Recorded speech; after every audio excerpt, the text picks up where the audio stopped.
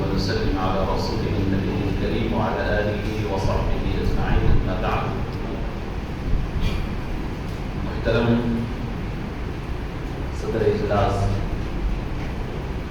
حضرت مولانا بامقصد اور اہم ترین سیمینار میں اس ناچیز کو جو موقع دیا گیا ہے، میں انتظامیہ کا شکر گزار ہوں. مقالے الحمدللہ آپ کی ابتدائی سے بہت اہم مقالات کو سنا ہے. میرا جو عنوان ہے اس پر مختصر بات آپ کے کچھ گزار کرنا چاہتا ہوں. ہندوستان میں مساجد کا مثالی کردار کے عنوان اس ناچیز کو دیا گیا ہے. سب سے پہلی بات، مسجد کا مقصد کیا ہے؟ مسجد جب کہی جاتی ہے تو سب سے پہلے تصور آتا ہے نماز کا. اسلام نے تربیت کے نظام میں سب سے پہلے فرد کی تربیت کو مقدم رکھا ہے. فرد کی تربیت ہو تو پھر اجتماع کی تربیت ہو سکتی ہے. اللہ رب العزت نے فرمایا قوا انفسکم، تم پہلے اپنے آپ کو ڈراؤ، یعنی فرد کی تربیت بھی بڑی اہم ہے. اور فرد کی تربیت کا سب سے بہترین ذریعہ نماز ہے. نماز اور پنجوقتہ نمازیں پورے آداب اور سنن کے ساتھ اپنے وقت پر ادا کرنا، یہ انسان کی باطن کی اصلاح اور باطن کی سدھار کا ذریعہ ہے. اور انسان بہت بہترین منظم ہو جاتا ہے جب پابندی کے ساتھ اپنے وقت پر نماز پڑھنے لگتا ہے. تو سب سے پہلے فرد کی اصلاح نمازوں کی پابندی اور پنجوقتہ نمازوں سے ہوتی ہے. اور نماز کا تعلق مسجد کے ساتھ بہت اہم ہے. تو فرد کی اصلاح جب نماز کے ذریعے ہوتی ہے، قرآن مجید میں اللہ رب العزت ارشاد فرماتے ہیں ان الصلاۃ تنہی عن الفحشاء والمنکر، کہ نماز تمہیں فحشاء و منکرات سے بچاتی ہے. کہ اس وقت ہندوستان کے اندر جو مسلمان مختلف چیلنجز کا سامنا کر رہے ہیں، اس کو آپ تسلسل کے ساتھ مقالات میں سن رہے ہیں. میں آپ کو عرض کرنا چاہتا ہوں، جہاں خارجی چیلنجز سے اسلاموفوبیا پہ بات ہوئی، میڈیا پہ بات ہوئی، یعنی ہماری معاشی حالات پہ بات ہوئی، تحفظات اسلام، یعنی مقدسات اسلام کے تحفظ پہ بات ہوئی، ان تمام میں کہیں نہ کہیں ایک عنصر خارجی ہے کہ باہر والوں نے آپ کو جو بگاڑنا چاہا، آپ کی شبیہ بگاڑنی چاہیے، تو اس کا اثر کیا ہے.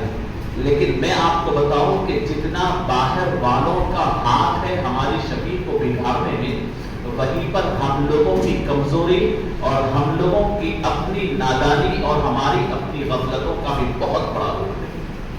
اور اس کے لیے میں آپ کو عرض کروں کہ اللہ رب العزت نے بہترین نظام بنایا ہے کہ دن میں 5 وقت آپ اللہ کی بارگاہ میں حاضر رہیں، اور جو آپ کا سر ہے اللہ کی بارگاہ میں جھکائیں، سجدہ ریز ہو، اور وقت پر اذان کے ساتھ نماز پڑھیں. تو یہ آپ کے اوقات کی حفاظت ہے، ٹائم ٹیبل کی پابندی ہے، غرور و تکبر کا جانا ہے، اللہ کے ساتھ اپنا رابطہ ہے، اور بے شمار فائدے ہیں. اللہ نے تو فرمایا فحشاء و منکرات جو ہماری پوری نوجوان نسل کو خراب کیا ہوا ہے، اللہ گارنٹی لیتے ہیں کہ نماز اس سے بچاتی. میں آپ کو عرض کروں کہ یہ فرد کی اصلاح ہوئی. اور اس کے بعد دوسری بات اجتماعی اصلاح کی، اجتماعی فکر کی جب آتی ہے تو یہی نماز انفرادی پڑھو تو انفرادی فائدہ ہے.